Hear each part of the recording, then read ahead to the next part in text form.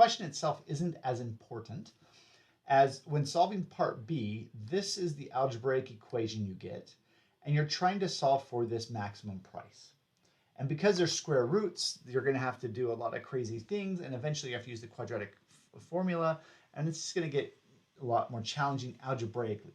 But if you can set this up knowing the economic principles, we can now use Excel as a tool to solve this algebra for us so we don't have to spend a half hour just doing algebra. So we're going to keep this equation in mind. I'm going to come over here to an Excel spreadsheet. So I first define the variable. In this case, the variable I'm trying to define is that maximum price.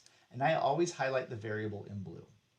Now I'm going to recreate the equation I have on my paper right here on Excel by going the left-hand side and the right-hand side. And I want those to equal each other. So the left-hand side in this example is the square root of 100, which we should be able to do is 10.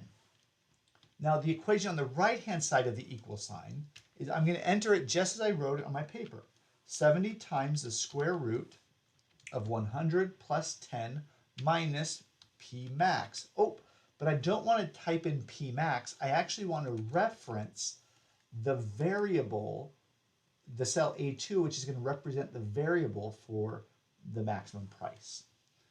And then I finish that equation, 1 minus 0.70 times the square root of 100 plus 5 minus, and again referencing P max for the variable.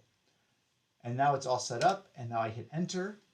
So if it's blank, it treats it as a 0. So if the price is 0, then this is what the right-hand side equation is, which notice does not equal the left-hand side.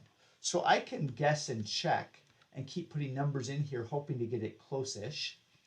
Or what we can do is we can use Excel. And we can use Solver within Excel. So I go to Data. Over here on the right-hand side is hidden an analysis tool pack. So we need to add that. And you just need to add it the first time. Once you add it to your computer, it should always show up here under the Data ribbon. So I'm going to come to File, Options, go to Add-ins, and then click on Go. And these are the different add-ins. So I normally click on Analysis Tool Pack, but in this case, we want to click on Solver. So I click on Solver. It's a tool for optimization and equation solving, which is exactly what we're doing. I click OK, and then it should show up over here on the right-hand side under the Data ribbon. So here is Solver. So I'm going to click on Solver. Oops, I hit the wrong button. Okay, here we go. So the first thing is, what's my objective? What am I trying to do? Is I can maximize equations, I can minimize equations. In this case, I want to set the equation equal to a specific value. So my objective function is this right-hand side. I want to set it equal to the value of 10, which represents my left-hand side. And I want to do so by changing my maximum price. So that's the key. And now Solver will do the algebra for me, and we'll solve then this number accordingly.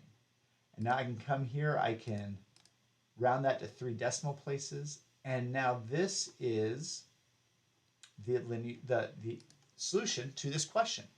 So I'm going to highlight this and copy it, and I'm coming over to my problem set, and this is exactly what I'm going to paste into my Word document.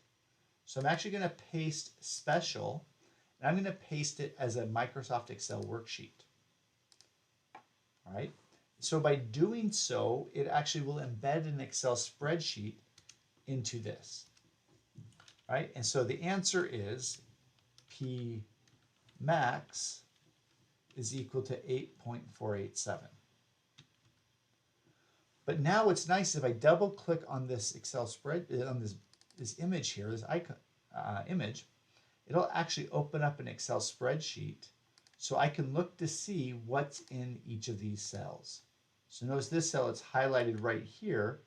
It gives me that equation. So if I give this to the professor can look to see, did I set it up correctly? And that's just a helpful way. And so this is the answer that I would turn in to class for my assignment. So hopefully that's a good way for you to learn how to use Solver within Excel to solve solve algebraic equations.